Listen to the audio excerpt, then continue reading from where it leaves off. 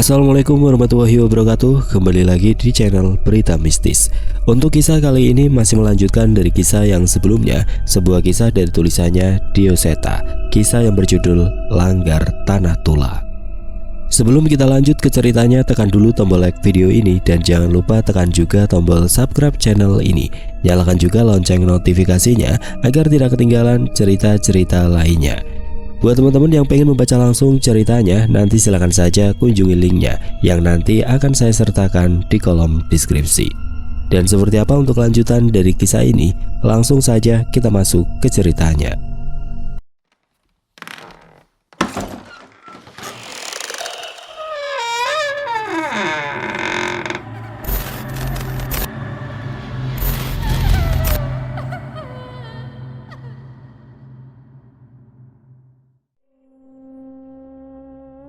Dari seberang jalan, Mbah Guru memandang kami dengan senyuman yang aneh. Aku benar-benar tidak percaya dengan apa yang kulihat.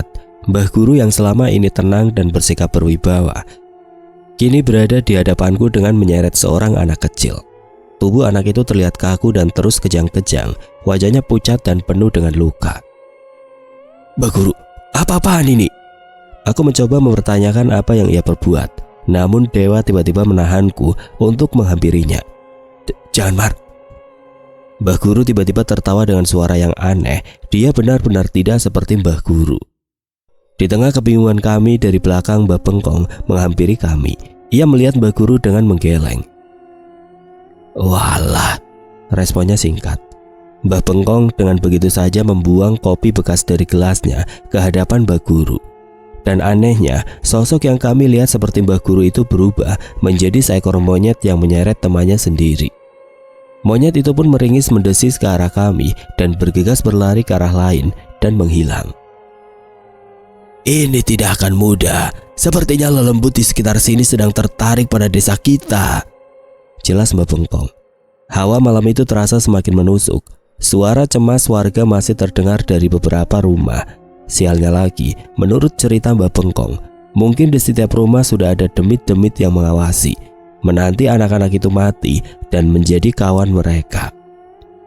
Aku dan Dewa buru-buru mencari keberadaan Ustadz Husni dan Bapak. Ustadz Husni masih sibuk memeriksa keadaan anak-anak yang masih belum pulih. Sementara Bapak mencoba menenangkan orang tua anak-anak itu. Saat aku ingin menceritakan tentang apa yang kami ketahui, Ustadz Husni mengajak kami untuk membicarakan ini semua di masjid.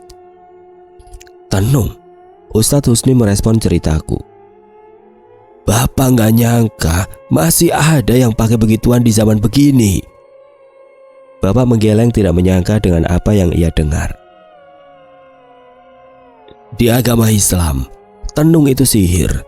Semua dikerjakan oleh jin yang memanipulasi manusia," jelas Ustadz Husni. "Terus kita harus bagaimana, Ustadz? Mbah Pengkong meminta kami mencari keempat bagian tubuh yang dikubur di penjuru desa dan membakarnya hingga musnah." Ustadz Husni menghela nafas dan diam sejenak. Sepertinya ia juga memikirkan hal lain. Suasana di masjid hening sesaat. Kami menunggu respon dari Ustadz Husni yang kami percaya dapat memberikan jalan yang paling baik untuk masalah ini. "Yang saya takutkan, Mbah Pengkong juga mendapat petunjuk itu dari jin. Saya tahu Mbah Pengkong orang baik, tapi sosok yang berkomunikasi dengan Mbah Pengkong kita tidak bisa memastikan." Ucapan Ustadz Husni ada benarnya. Dewala yang menyadari lebih dulu bahwa selama di rumah tadi, gerak-gerik Mbah Pengkong seolah tengah berkomunikasi dengan sosok lain. "Lantas kita harus bagaimana, Ustadz?" Bapak memastikan apa yang harus kami perbuat. Ustadz Husni pun terlihat sangat bingung. Ia berbalik menatap lafal Allah di belakangnya dan merenung sesaat. "Pernah ada kejadian orang-orang yang menemukan buhul di rumahnya dan membakarnya begitu saja. Entah bagaimana ceritanya, tapi orang itu berakhir celaka," gumam Ustadz Husni. "Seperti yang terjadi pada saya, Ustadz. Saat saya mengambil benda-benda gaib di dekat langgar, jin-jin itu mengincar saya." Dewa memperjelas keadaannya. "Aku pun pernah mendengar hal serupa, bahkan terjadi di kampung ini. Ada salah seorang perempuan di desa yang tiba-tiba sakit terus-menerus. Penyakitnya yang aneh membuat warga menduga perempuan itu terkena santet. Sang ayah yang menemukan buhul perantara santet itu buru-buru membakarnya. Alhasil sang ayah mengalami sakit yang lebih parah dari anaknya itu. Maksudnya, bisa saja hal serupa akan terjadi bila kita menemukan dan membakar benda-benda itu. Ustadz Husni mengangguk. Aku berpikir ini seperti jalan buntu. Apa memang harus ada yang berkorban untuk menyelamatkan anak-anak di desa ini? Pikirku saat itu. Biar saya saja yang membakarnya, Ustadz. Kumpulkan saja di satu tempat, ucap Dewa. Ia berniat mengambil semua risiko ini sendiri. Enggak, Wak. Jangan ngawur. Jangan nekat lagi kamu. Enggak ada waktu lagi, Mar. Keburu pagi. Tetap gak bisa. Kamu pendatang di sini. Harusnya kamu malah gak terlibat urusan ini. Kali ini aku cukup keras pada Dewa. Aku tahu niatnya baik, tapi aku yakin masih ada cara lain. Ustadz, kalau kita gali bagian tubuh itu dan kita kuburkan dengan layak seperti ajaran Islam, apakah mungkin roh pemilik bisa tenang dan terlepas dari ikatan tumbal? Bapak tiba-tiba terpikirkan cara itu. Ustadz Husni merenung sejenak. Dari wajahnya ia melihat kemungkinan bahwa ucapan Bapak ada benarnya. Itu masuk akal. Jika harus mengambil resiko, saya lebih memilih mencoba metode itu daripada harus meminta Mas Dewa memusnahkan benda-benda itu sendiri, balas Ustadz Husni. Saran dari Bapak terdengar masuk akal bagi kami. Kami pun setuju dan Ustadz Husni membawakan kami masing-masing satu tas kain berisi satu botol air doa dan gulungan kain kafan. Kami mengambil cangkul dan alat seadanya yang sekiranya bisa membantu kami menggali. Kita kuburkan di tanah yang baik. Saya akan ke pemakaman desa dan mempersiapkan tanah untuk mengubur bagian tubuh mayat itu. Siramkan air doa itu pada setiap bagian tubuh saat kalian menemukannya.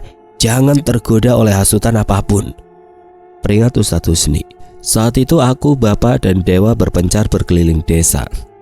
Petunjuk kami hanyalah kami harus menemukan 3 buah gundukan yang berada di batas desa. Aku melihat Bapak segera bertanya pada beberapa warga, namun aku melihat Dewa seolah merasa yakin dengan arah yang ia tuju. Sejujurnya aku merasa ada yang berbeda dengan Dewa.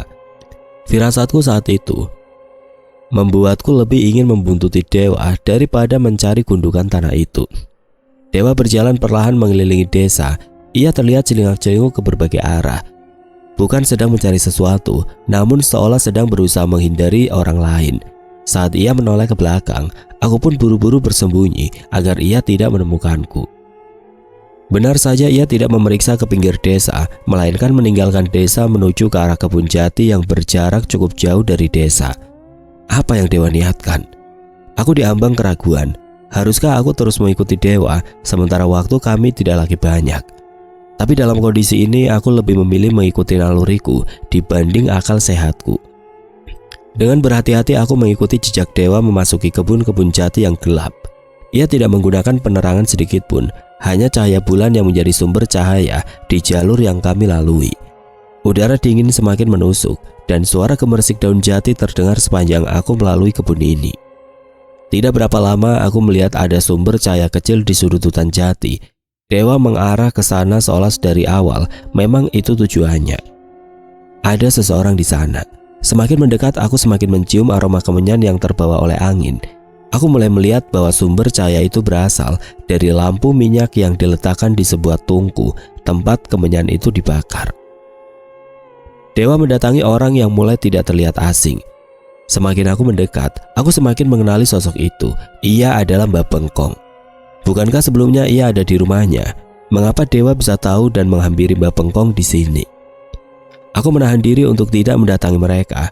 Aku benar-benar penasaran apa yang mereka tutupi dari kami hingga harus diam-diam bertemu di hutan jati seperti ini. Dewa duduk di hadapan Mbak Bengkong. Saat itu Mbak Bengkong mengeluarkan sesuatu dari tas anyamannya ke hadapan mereka. Aku mendekat perlahan bersembunyi di antara pohon-pohon jati yang sebenarnya tidak bisa menutupi tubuhku sepenuhnya. Semakin mendekat, baru aku bisa melihat bahwa di hadapan mereka telah bergelimpangan bangkai marmut yang dikeluarkan oleh Mbak Bengkong. Aku benar-benar tidak bisa menebak apa yang mereka rencanakan. Bau kemenyan pun semakin menyengat. Dari tempatku berada, Dewa dan Mbak Bengkong terlihat berbicara begitu akrab. Entah apa yang mereka bicarakan, namun di tengah perbincangan itu, tiba-tiba Mbak Bengkong memotong bangkai marmut dengan parang hingga darah hewan itu bermuncratan. Aku hampir tidak percaya dengan apa yang kulihat. Dewa dan Mbah Bengkong mengobrol dengan santai sambil memakan bangkai marmut itu begitu saja. Aku hampir tidak mampu menahan mual melihat apa yang mereka lakukan di sana. Saat itulah aku memutuskan untuk mendatangi mereka dan mempertanyakan apa yang mereka lakukan. "Dewa, apa-apaan ini?" teriakku membuyarkan apa yang tengah mereka lakukan. Dewa dan Mbah Bengkong tidak segera menanggapiku. Mereka masih menikmati bangkai marmut yang berdarah-darah di hadapan mereka. Aku pun mendekat dan mencoba menghentikan mereka. Saat itulah mereka menoleh ke arahku dengan wajah yang berlumuran darah. Hewan kecil itu, Mbah Bengkong dan Dewa, tersenyum sedikit tertawa ke arahku. Dalam sekejap aku pun sadar mereka bukan Dewa dan Mbah Bengkong yang aku kenal. Tubuhku pun gemetar melihat sosok yang semakin terlihat mengerikan itu. "Siapa kalian?" teriakku sambil melangkah mundur. Alih-alih menjawab, mereka hanya terus tertawa dengan suara yang semakin nyaring. Saat itu aku pun sadar bahwa aku telah terjebak oleh perangkap mereka. Dengan segera aku pun bergegas berpaling dan berlari kembali ke desa. Aku tidak melihat mereka mengejar, namun suara tawa mereka masih terus terdengar di sekitarku. Aku merasakan ada bahaya yang mengincarku. Lari, aku harus terus berlari.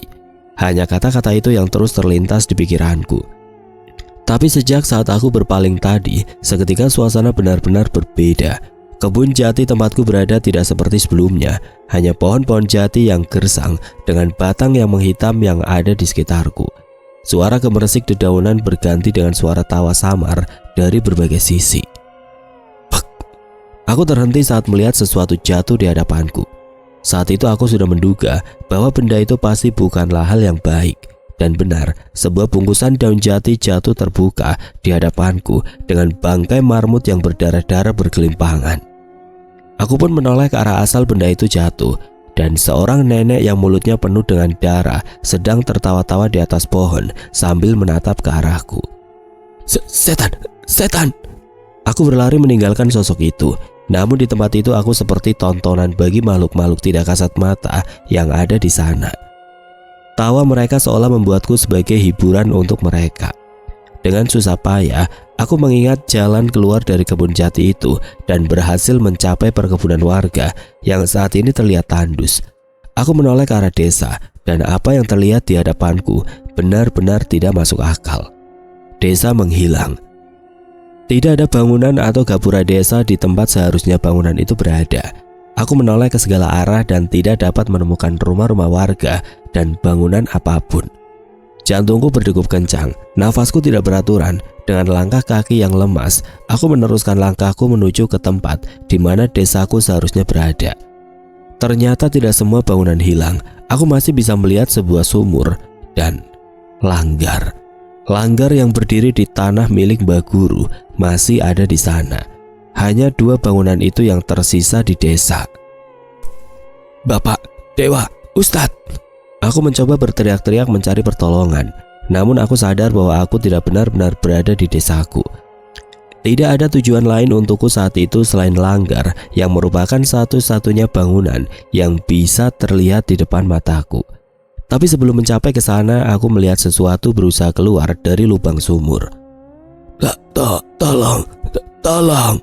Suara merintih terdengar dari sumur tua itu. Seharusnya sumur ini ada di halaman Mbah Tarmadi dan sempat digunakan oleh warga desa pada zaman dulu. Suara itu terdengar lirih. Aku pun mengira ada orang lain yang terjebak sepertiku di sini. Dengan hati-hati aku mendekat ke arah sumur, memastikan siapa yang berteriak dari sana. Siapa? Teriakku dari jauh. Tolong, keluarkan saya.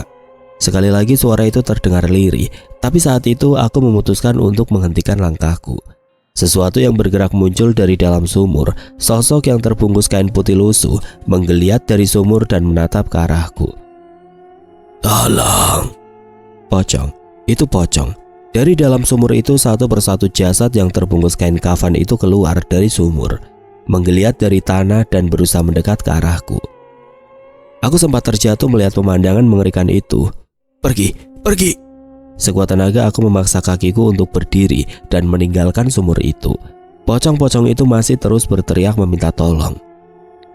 Saat aku menoleh, pocong-pocong itu masih menggeliat di tanah mengarah ke arahku. Hanya langgar itu harapan terakhirku saat ini.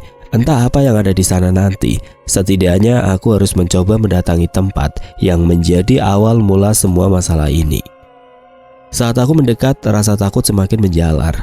Aku melihat cahaya kecil menyala dari dalam langgar. Terlihat ada seseorang di dalam. Aku pun mendekat dengan berhati-hati. Ada seorang perempuan tua berambut panjang duduk di tengah-tengah langgar. Ia terlihat sedang mengelus-ngelus sesuatu sambil menggumamkan tembang. Aku tahu rasa takut yang kurasakan berasal dari sosok itu. Tembang yang seharusnya menenangkan itu terdengar begitu mencekam di malam itu. Saat semakin mendekat, aku dapat melihat dengan jelas apa yang ada di sana.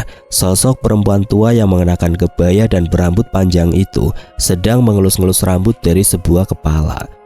Pemandangan itu semakin mengerikan ketika aku sadar bahwa kepala itu terlihat hidup dan terus menatap perempuan tua itu dengan ketakutan. "Ambil kepala itu." Samar-samar ada suara bisikan yang terdengar di sekitarku. "Cepat, ambil kepala itu." Itu suara Mbak Bengkong. Seketika aku ingat ucapan Mbak Bengkong sebelumnya. Kepala jasad itu tertanam di suatu tempat yang menjadi sarang makhluk itu. Kalau ingin menghentikan tenung tali sukmo, keempat bagian tubuh itu harus digali dan dibakar lebih dulu. Tapi saya sendiri tidak tahu apa akibatnya. Apa itu? Itu artinya kepala yang dipegang oleh sosok itu adalah kepala jasad yang dimaksud. Aku menengok ke segala arah mencari asal suara Mbak Bengkong. Namun tidak ada siapapun. Setelahnya, suara Mbak Bengkong tidak lagi terdengar. Bagaimana cara aku bisa mengambil kepala itu? Apa yang harus aku lakukan setelahnya? Aku yakin makhluk itu tidak akan tinggal diam jika aku merebut paksa kepala itu. Mungkin justru aku bisa bernasib seperti anak-anak desa jika berurusan dengan makhluk itu. Di tengah kebingunganku itu, sayup-sayup terdengar suara pengeras suara masjid yang melantunkan ayat-ayat suci. Itu suara Ustadz Husni. Sepertinya mereka sudah menyadari apa yang terjadi kepadaku dan tidak tinggal diam. Seketika suasana di sekitarku berubah. Dari arah kebun jati dan sekitar desa terdengar suara jeritan yang mengerikan. Makhluk-makhluk itu kesakitan mendengar suara Ustadz Husni yang terdengar sampai ke alam ini. Tidak terkecuali makhluk di langgar itu. Tiba-tiba hujan turun membasahi tanah. Suara rintikan hujan terdengar bersautan dengan suara Ustadz Husni yang terdengar dari pengeras suara. Makhluk-makhluk di langgar itu berteriak, menjerit, meronta-ronta di dalam langgar itu. Tidak hanya makhluk itu, satu persatu makhluk berjatuhan dari langit-langit langgar saat mendengar suara ayat-ayat suci yang dilantunkan Ustadz Husni. Saat itu aku melihat makhluk itu menjatuhkan kepala itu di lantai. Jantungku berdegup kencang. Namun aku merasa bahwa itu adalah kesempatanku untuk mengambil kepala makhluk yang dijadikan tumbal itu. Aku pun berlari menahan rasa takutku dan memasuki langgar sempit yang tidak lagi pantas disebut sebagai langgar. Saat memasuki bangunan itu, aku merasa bahwa tidak ada lagi tempat untuk manusia di ruang sempit ini. Langkah kakiku melangkah setapak demi setapak menghindari setan-setan yang meronta bergelimpangan di dalam langgar. Aku sadar mereka menyadari keberadaanku, terutama sosok perempuan tua yang sebelumnya mengelus-ngelus kepala yang saat ini tergeletak di lantai itu. "Nyai Kemuning, dia akan mengambil kepala itu." Tiba-tiba terdengar suara menggema di langgar. Suaranya juga terdengar tidak asing. Itu suara Mbah Guru. Aku tidak membuang waktu dan bergegas mengambil kepala itu dari lantai dan bergegas membawanya pergi. "Lepaskan!" Perempuan tua yang disebut dengan nama Nyai Kemuning itu berhasil menangkap kembali kepala itu dari tanganku. Satu tangan mencengkram lenganku dengan keras, menyayat kulitku hingga darah mengalir. Tidak ada yang kupikirkan lagi saat itu selain membaca ayat kursi bersautan dengan suara Ustadz Husni yang masih terdengar. Kurang ajar kalian." Nyai Kemuning kesakitan namun ia masih tidak ingin melepaskan kepala itu dariku. Aku yakin seandainya tidak ada suara doa-doa dari Ustadz Husni, mungkin Nyai Kemuning sudah menghabisiku saat itu juga. Aku buru-buru mencari cara untuk melepaskan kepala itu dari Nyai Kemuning. Ia mulai berusaha berdiri dan saat itu aku menyadari tingginya hampir 2 kali tinggi badanku. Aku teringat akan benda yang dibawakan Ustadz Husni. Saat itu aku membuka isi tas dan menyiramkan air doa yang dibawakan Ustadz Husni ke tangan Nyai Kemuning yang masih mencoba menarik kepala itu. Astagfirullahaladzim, astagfirullahaladzim, astagfirullahaladzim. Aku terus membaca istighfar sambil menyiramkan air itu ke kepala itu hingga tangan Nyai Kemuning. Panas, kubunuh kau manusia laknat. Saat itu tangannya terlepas dari kepala itu. Dengan cepat aku pun berlari menjauh dari langgar. Yang kupikirkan saat itu hanya berlari dan berlari sejauh mungkin. Bersembunyi, aku harus bersembunyi. Aku melewati sumur Batarmadi, namun sosok pocong-pocong itu masih menggeliat di sumur itu. Mereka tidak mungkin mengejarku dengan keadaan seperti itu. Mungkin saja aku bisa bersembunyi. Kembalikan, kembalikan. Suara Nyai Kemuning masih terus terdengar. Dari jauh sosok itu masih terus terlihat berusaha mengejarku, namun suara doa-doa Ustadz Husni terus menyiksanya. Aku kembali melangkahkan kakiku berlari keluar desa. Hawa dingin yang menusuk, tetesan hujan membuatku sulit memandang ke depan. Aku hanya terus membaca doa dalam hati berharap adanya petunjuk akan apa yang harus kulakukan. Kau pasti mati. Suara-suara dari atas pohon terdengar di antara suara rintikan hujan. Nyai Kemuning akan membunuhmu. Setan-setan itu terus mengutukku, tapi tidak ada yang ingin kulakukan lagi selain berlari dan berlari sembari terus membaca doa. Aku berhenti saat melihat beberapa orang berdiri di tengah hujan. Bapengkong, Ustadz Husni. Aku melangkah mengatur nafasku memperhatikan dua sosok yang ada di depanku. Tapi aku salah. Saat mendekat, aku baru sadar bahwa sosok yang berdiri di hadapanku adalah Mbah Guru dan seseorang yang lebih tua darinya. Di mana kepala itu? Tiba-tiba aku tersadar di pelataran masjid. Dewa, Bapak, Ustadz Husni dan beberapa warga mengelilingiku dengan wajah cemas. Aku sempat menoleh ke gerbang masjid dan di sana terlihat Mbah Guru berdiri di sana. Damar, Damar. Dewa terlihat begitu khawatir. Apa yang terjadi? Tanyaku. Ada warga desa nemuin kamu pingsan di dekat gapura. Mereka langsung bawa kamu ke sini. Jelas Dewa. Aku memegangi kepalaku. Rasa sakit dan lelah menyelimuti tubuhku, seolah apa yang kurasakan itu benar-benar nyata. Mar, tanganmu. Dewa melihat bekas luka cengkeraman di tanganku. Luka itu benar-benar ada. Mengetahui aku sudah sadar, tiba-tiba Mbah Guru masuk ke dalam halaman masjid dan menghampiriku. Di mana benda itu? Tanya Mbah Guru tiba-tiba. Benda apa, Mbah? Tidak usah pura-pura. Kembalikan benda yang kau rebut dari Nyai Kemuning, teriak Mbah Guru. Saat itu suara kasakusuk warga desa terdengar. Benda Nyai Kemuning? Apa yang diambil? Siapa Nyai Kemuning? Aku masih berusaha memasang wajah polosku seolah tidak mengerti apa yang ia maksud. Serahkan! Wajah Mbah Guru memerah dengan rasa kesal. Dewa segera berdiri ingin membelaku, tapi aku menahannya. Aku berdiri dari posisi tidurku dan menunjukkan keadaanku. Ambil saja, Mbah, kalau memang benda yang Mbah maksud ada pada saya. Ucapku sambil menunjukkan keadaanku dan menumpahkan semua benda di atas kainku. Mata Mbah Guru memeriksa semuanya dan tidak menemukan apa yang ia cari. Kepala jasad tumbal itu. Ingat kamu Damar, jangan main-main dengan saya dan keluarga saya, ancam Mbah Guru. Tidak Mbah, Mbah boleh periksa sendiri. Dengan wajah kesal Mbah Guru melengos begitu saja dan pergi meninggalkan masjid. Warga desa bertanya-tanya akan apa yang dimaksud oleh Mbah Guru, namun kami berpura-pura tidak tahu. Aku melihat jam di dinding masjid yang menunjukkan pukul 4 pagi. Ustadz, sudah hampir pagi. Saat itu aku teringat tentang rencana kami mencari bagian tubuh tumbal itu. Namun saat itu Dewa memintaku untuk tenang lebih dulu. Setelah warga desa mulai membubarkan diri dari masjid, Dewa pun menceritakan bahwa ketiga benda itu sudah ditemukan lebih dulu oleh Mbah Bengkong. Ia datang dan mengantar sendiri kepala Ustadz Husni di pemakaman. Bapak melanjutkan cerita bahwa saat itu dirinya dan Dewa tersesat di hutan jati. Namun mereka bisa segera selamat saat melihat keberadaan Mbah Bengkong dan Ustadz Husni. Hanya keberadaanku saja yang tidak berhasil ditemukan. Kita bertiga disesatkan, Mar. Sukma kita dibawa ke alam gaib, jelas Dewa. Saat itu Mbah Bengkong mendekat ke arahku, wajahnya terlihat begitu lelah. Saya bisa saja langsung menjemput Nak Damar, tapi di hadapan Nak Damar ada kesempatan yang mungkin tidak bisa kita temukan lagi.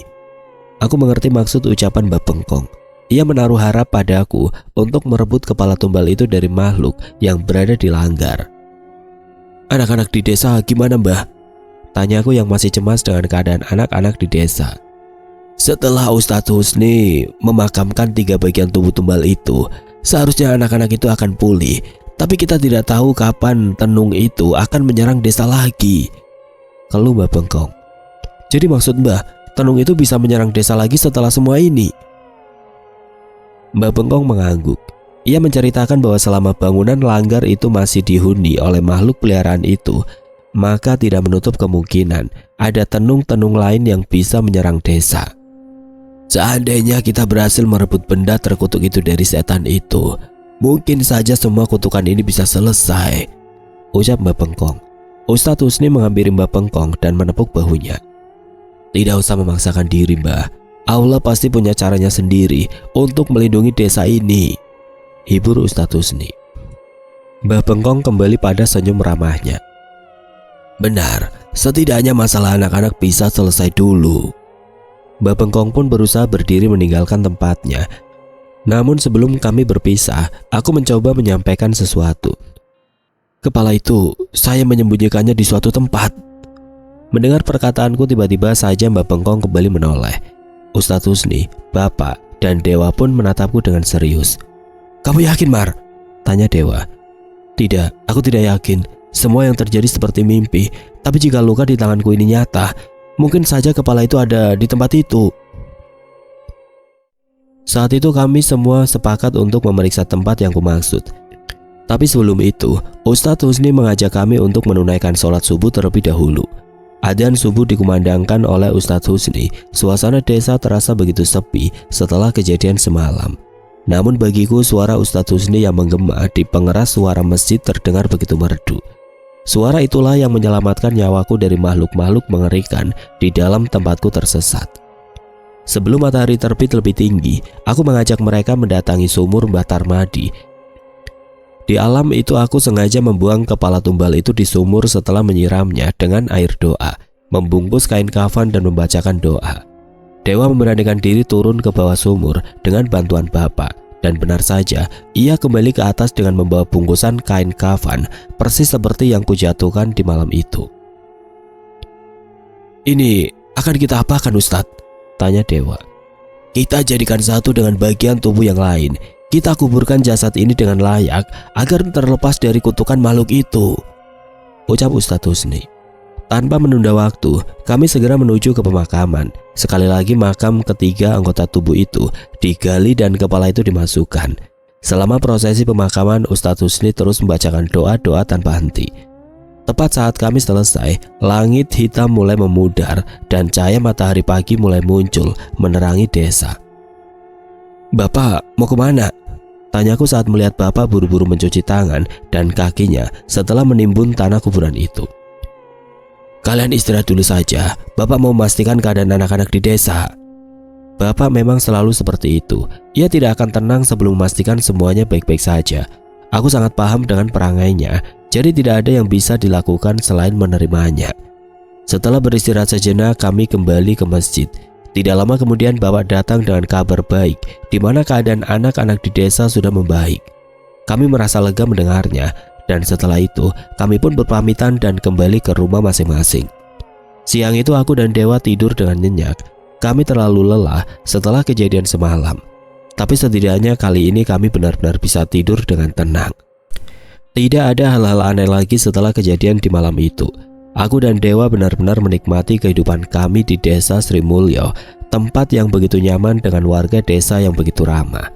Sayangnya, panggilan kerja pun akhirnya datang. Kami harus kembali ke ibu kota untuk mengerjakan proyek baru yang didapatkan oleh perusahaan kami. Kontrak kerja selama 3 tahun membuatku harus kembali meninggalkan desa. Tapi kali ini aku akan lebih sering menghubungi Bapak agar tidak sering-sering merepotkan Pak RT saat menghubungi rumah. Aku memasangkan telepon di rumah Bapak. Setidaknya kami bisa saling berbagi kabar dengan lebih sering setelah ini. Beberapa tahun berlalu, aku dan Dewa merasa bahwa pemikiran kami sedikit lebih matang setelah pulang dari desaku dulu. Kami bisa mengatur keuangan dengan lebih baik dan menghargai setiap pekerjaan dan lingkungan kerja yang kami dapat. Coba kalau karyawan-karyawan di sini serama orang-orang desamu ya, Mar. Kerja seumur hidup di sini juga siap aku, canda Dewa. Jangan, nanti aku malah males pulang. Kerja sama orang-orang yang sifatnya beda-beda kan ada serunya sendiri. Bener juga. Dewa sudah memutuskan saat libur lebaran berikutnya ia ingin ikut pulang lagi ke desaku. Bahkan ia sempat berencana untuk membeli tanah di desa saat uangnya terkumpul nanti. Saat ini langgar di desa sudah diratakan dengan tanah. Ada tragedi yang menggegerkan desa yang membuat warga memutuskan agar langgar itu dihancurkan. Gendis yang menceritakannya padaku. Beberapa bulan setelah kami meninggalkan desa, Bapak mendapat kabar bahwa Mbak Guru sakit parah. Sakitnya dimulai saat Mbak Guru tiba-tiba terpleset dan tulangnya bergeser hingga sulit untuk berjalan. Sakit Mbak Guru benar-benar aneh. Anak-anaknya sempat merawat Mbak Guru di rumah sakit kota, tidak ingin Mbak Guru diurus di desa. Mereka ingin mengurus Mbak Guru di rumah sakit ternama.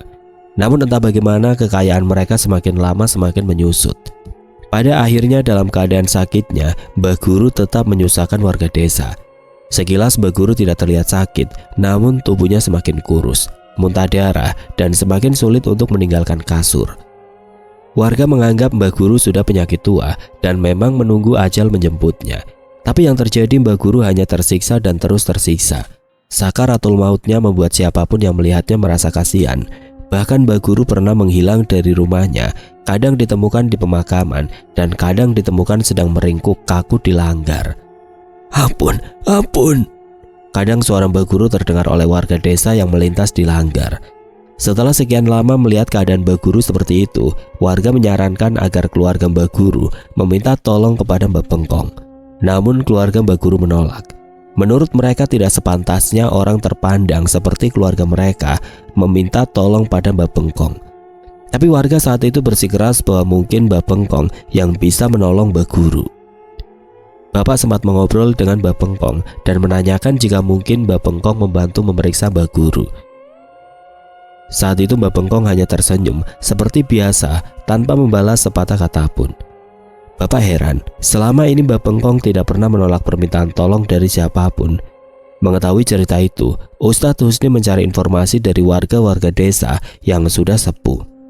Rata-rata dari mereka mengatakan bahwa Mbah Guru harus meminta maaf pada Mbak Bengkong. Saat Ustadz Husni menyampaikan hal ini pada anak-anak Mbah Guru, mereka tidak terima. Mereka merasa bahwa ayahnya tidak memiliki dosa apapun kepada Mbak Bengkong. Berbeda dengan anak-anaknya, istri Mbah Guru justru bersedia mendengar cerita dari Ustadz Husni. Ustadz pun menceritakan tentang apa yang ia dengar dari warga desa yang seumuran dengan Mbah Guru. Mereka bercerita bahwa dulu sebagian tanah yang mereka tempati termasuk yang digunakan di langgar adalah tanah milik Mbah Bengkong. Dulu Mbah Bengkong sering meminjam uang pada Mbah Guru untuk makan. Ia mengira Mbah Guru dengan ikhlas ingin membantu. Tapi setiap akan dibayar, Mbah Guru menolak dan mengatakan bisa dibayar kapan saja. Tapi setelah sekian lama, Mbah Guru tiba-tiba meminta tanah Mbah Bengkong dengan alasan pembayaran atas hutangnya. Saat itu Mbah Bengkong yang benar-benar tidak tahu harus apa, hanya bisa mengikhlaskan miliknya. Awalnya anak-anak tidak percaya dengan cerita itu, tapi ternyata istri Mbah Guru mengatakan bahwa apa yang diceritakan oleh warga sepuh itu benar. Warga pun merayu Mbah Bengkong untuk menjenguk Mbah Guru. Saat itulah istri Mbah Guru dan anak-anaknya mewakili Mbah Guru untuk meminta maaf. Mereka pun bersedia mengembalikan tanah yang diambil dari Mbah Bengkong. Mengetahui niat itu, Mbah Bengkong pun memaafkan dengan berat hati. Luka yang ia pendam sudah terlalu dalam. Ia memaafkan dengan memberi syarat jika saat meninggal nanti ia tidak ingin Mbah Guru dimakamkan di desa. Anggota keluarga Mbah Guru pun menyanggupinya. Mereka sudah cukup lelah dengan keadaan Mbah Guru dan ingin hidup tenang. Setelahnya Mbah Bengkong mencoba untuk mengobati Mbah Guru, namun berbagai hal aneh terus terjadi. Saat dibacakan Yasin, Mbah Guru malah mengamuk sejadi-jadinya. Untuk menenangkannya, Mbah Bengkong meminta satu genteng di atas tempat tidur Mbah Guru dibuka agar langit terlihat dengan jelas. Setiap hari Mbah Guru pun dimandikan sambil dipecut-pecut dengan daun kelor.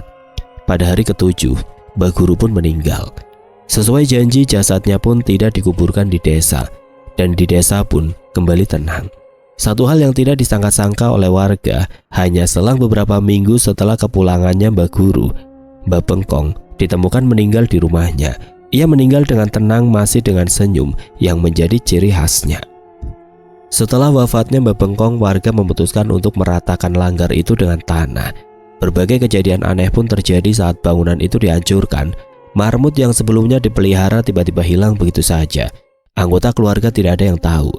Kecelakaan-kecelakaan aneh terjadi, bahkan ada jari seorang warga yang putus saat mencoba membongkar pondasi langgar. Belum lagi selalu ada warga yang kesurupan ketika mengerjakan pembongkaran langgar itu. Mau tidak mau, setiap hari Ustadz Husni menemani warga yang membongkar langgar itu. Sebelum langgar itu selesai, warga-warga desa yang sepuh melakukan rapat sendiri. Mereka mengabarkan pada Ustadz Husni bahwa di tempat imam di langgar perlu didoakan dulu sebelum digali. Awalnya Ustadz Husni tidak mengerti maksud mereka. Namun saat dilakukan, ternyata ditemukan kain mori dibentuk seperti pocong yang berisi rambut. Saat benda itu dicoba untuk dibakar, benda itu tidak bisa dibakar sampai habis walaupun sudah dicoba berkali-kali. Api itu selalu padam sebelum benda itu habis terbakar. Akhirnya benda itu pun dilarung ke laut dengan bantuan salah seorang warga. Walau cukup menggegerkan desa, akhirnya langgar pun berhasil dibongkar dan tanah itu tidak lagi dibangun apapun. Kisah tentang langgar di Tanah Baguru sampai saat ini masih menjadi cerita yang terus diceritakan sampai ke anak-anak yang tinggal di desa Sri Mulyo.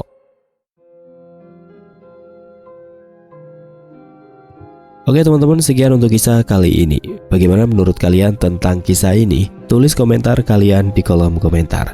Dan buat teman-teman yang baru bergabung, jangan lupa untuk like, komen, share, serta subscribe channel ini. Dan nantikan kisah-kisah horor berikutnya tetap di channel Berita Mistis. Wassalamualaikum warahmatullahi wabarakatuh.